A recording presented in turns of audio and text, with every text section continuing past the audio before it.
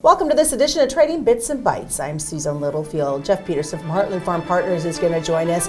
No surprise, the big talk is going to be that signing of the Phase 1 trade deal that we saw this week. USMCA, yes, that happened as well, but it wasn't as much of a market blip as many had thought it would be. And I guess we've really just got to dive right into it. Phase 1 trade deal, a lot of information we don't know yet.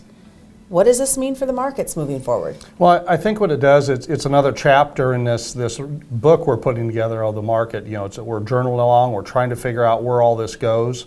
But we've got one more piece behind us, and that's that trade deal. And there were some positives that came out of it, Susan. I think one of the biggest positives for me is the fact in the language it talked about not only purchasing, but also getting the import numbers. So when we think about that 24 billion baseline, and then the other thing we learned is that for the 2020 year, that would be 12.5 billion on top of that. So you're at 36.5. So it's good to get some of those hard numbers and to know that's not only purchased, but also imported.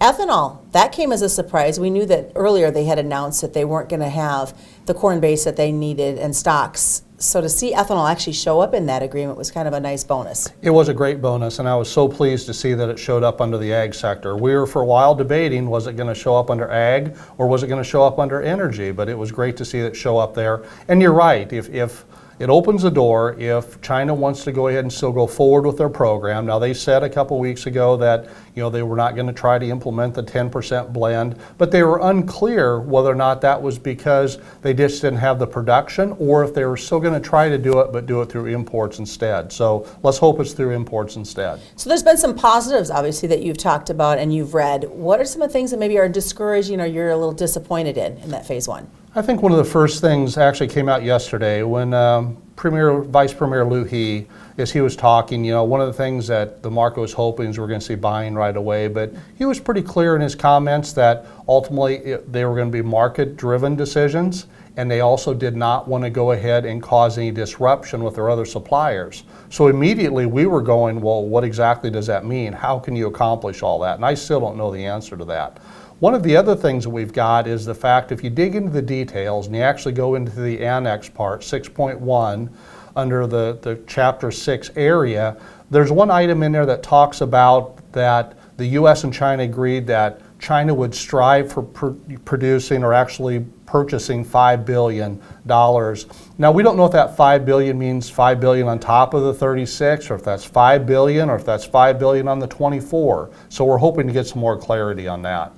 Looking at the way the markets have traded this week, there was a few, both in the ag sector and out, that thought we would have seen that instantaneous market reaction to the positive. We would have seen China say, here you go, this is what we need this week, or this is what we need for next week's purchases, and it didn't happen. It didn't, and I think as we dig down to, I think honestly if a lot of those people would really kind of communicate what they're thinking, they're probably hoping for that. The market, we got to think about how the market was set up. We've got the funds short on corn yet, still probably close to 100,000 contracts. They're now short on beans. So the big money's still betting this market goes down for here. In order to keep this market going higher based on what we'd had, we would have needed to see that buying right away, but it just wasn't in the cards at that time. So what do we have to get excited about now? We've had the January reports are here and gone.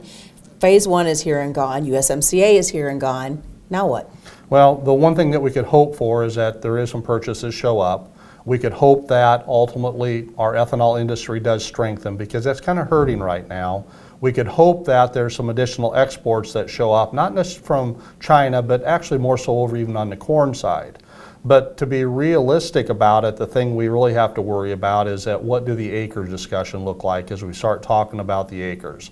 Now that story will be told a little more at the end of the month. We get out to February 21st, there's the Outlook meeting, that'll be the first look at it, and then at the end of March we'll have the planning and intentions report. So there's going to be a lot of talk about these acres. So we just need to get focused on the future, have a little hope, and move forward. Yeah, we really do.